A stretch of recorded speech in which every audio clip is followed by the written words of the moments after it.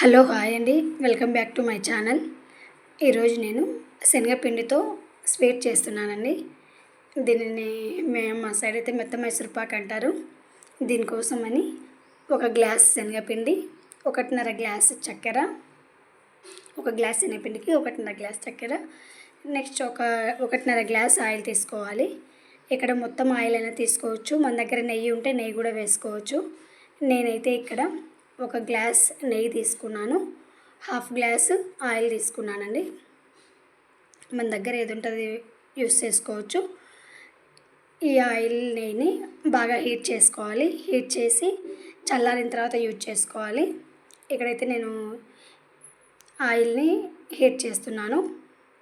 Oil heat అయ్యేసరికి sugar syrup అయితే prepare చేసుకుందామండి. దీనికోసం మనం 1.5 గ్లాస్ చక్కెర తీసుకున్నాము. ఈ చక్కెరలో వాటర్ యాడ్ చేసుకోవాలి. షుగర్ అంతా మునిగేంత వరకు వాటర్ యాడ్ చేసుకోవాలి. ఇక్కడ పాకం ఏం అవసరం లేదు, జస్ట్ షుగర్ మునిగితే సరిపోతుంది. దీన్ని బాగా హీట్ చేయాలండి. షుగర్ అంతా కరిగేంత వరకు హీట్ చేసి ఇది బబుల్స్ రావాలి. బబుల్స్ వచ్చిందంటే మనకి షుగర్ సిరప్ రెడీ అయినట్లే. ఈ స్వీట్ మా పాపకి చాలా ఇష్టం అండి. మా పాప ఈరోజు చేయమనిందని చేస్తున్నాను. ఇక్కడ షుగర్ అయితే బాగా మెల్ట్ అయిపోయింది. ఇక బబుల్స్ వచ్చిందంటే మనం ముందుగా వేడి చేసి పక్కన పెట్టుకున్న ఆయిల్ని, శనగపిండిని యాడ్ చేస్తూ కలుపుతూ ఉండాలి. ఇక్కడ బబుల్స్ అయితే రావడం స్టార్ట్ అయింది. ఇక శనగపిండి, ఆయిల్ రెండు ఒకేసారి యాడ్ చేసుకోవాలి.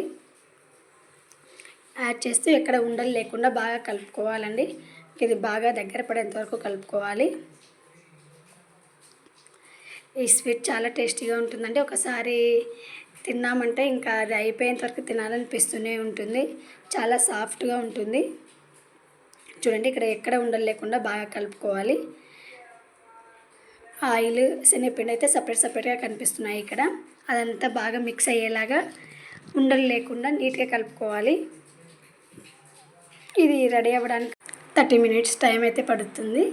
ఇది బాగా దగ్గరికి అయిపోయి మనకి ప్యాన్కి అంటుకోకుండా మొత్తం ఒక ముద్దలాగా రావాలి. అంతవరకు కలుపుతూనే ఉండాలండి. అది ముద్దలాగా అయ్యి ఎక్కడ స్టిక్ అవ్వకుండా ఆయిల్ అయితే వదులుతుంది. ఆయిల్ వదిలింది అంటే మనకి అది రెడీ అయినట్లే. ఇక్కడ బబుల్స్ అయితే ఎక్కడ లేవండి, ఎంత సాఫ్ట్గా అయిందో చూడండి. ఇది కలర్ కూడా చేంజ్ అవుతుంది. మనకి దగ్గర అయ్యే కొద్దీ కలర్ చేంజ్ అయిపోయి మనకి ప్యాన్కి అతుక్కోకుండా ఒక ముద్దలాగా వస్తుంది. ఇది రెడీ అప్పటి వరకు దీన్ని మిక్స్ చేస్తూనే ఉండాలండి, ఎక్కడ స్టిక్ అవ్వకుండా. ఇక్కడ ఇదైతే బబుల్స్ రావడం స్టార్ట్ అయింది. ఇక బబుల్స్ రావడం స్టార్ట్ అయింది అంటే ఇది గట్టి పడుతున్నట్లే. ఇంకా బాగా గట్టిపడి ఒక ముద్దలాగా అవుతుందండి. అంతవరకు కలుపుకుంటూనే ఉండాలి. ఇది దగ్గర అయ్యేసరికి మనమైతే ఒక ప్లేట్ని తీసుకొని ఆ ప్లేట్కి ఆయిల్ లేకపోతే నెయ్యి అప్లై చేసుకొని పెట్టుకుందామండి. ఇది రెడీ అయితేనే ఆ ప్లేట్లోకి చూడండి. ఇక్కడైతే నేను నెయ్యి అయితే అప్లై చేశాను. మన ఇష్టం అండి, ఆయిల్ అయినా వేసుకోవచ్చు, నెయ్యి అయినా అప్లై చేసుకోవచ్చు. ఇక్కడ ఇదైతే దగ్గర పడిందండి. ఇంకా ఇది ముద్దలాగా వచ్చేసింది.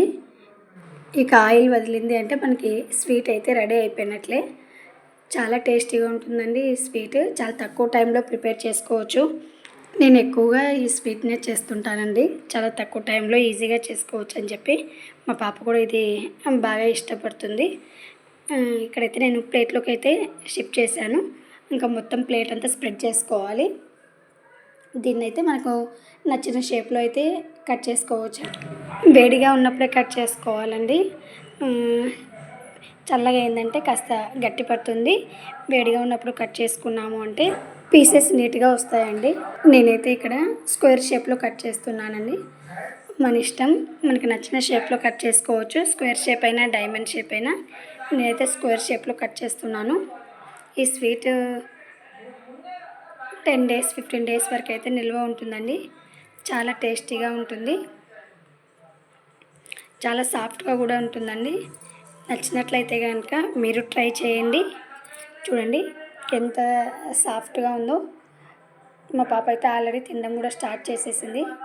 ఊరికే అలా చించామంటే చినిగిపోతుంది. చాలా సాఫ్ట్గా ఉంటుంది.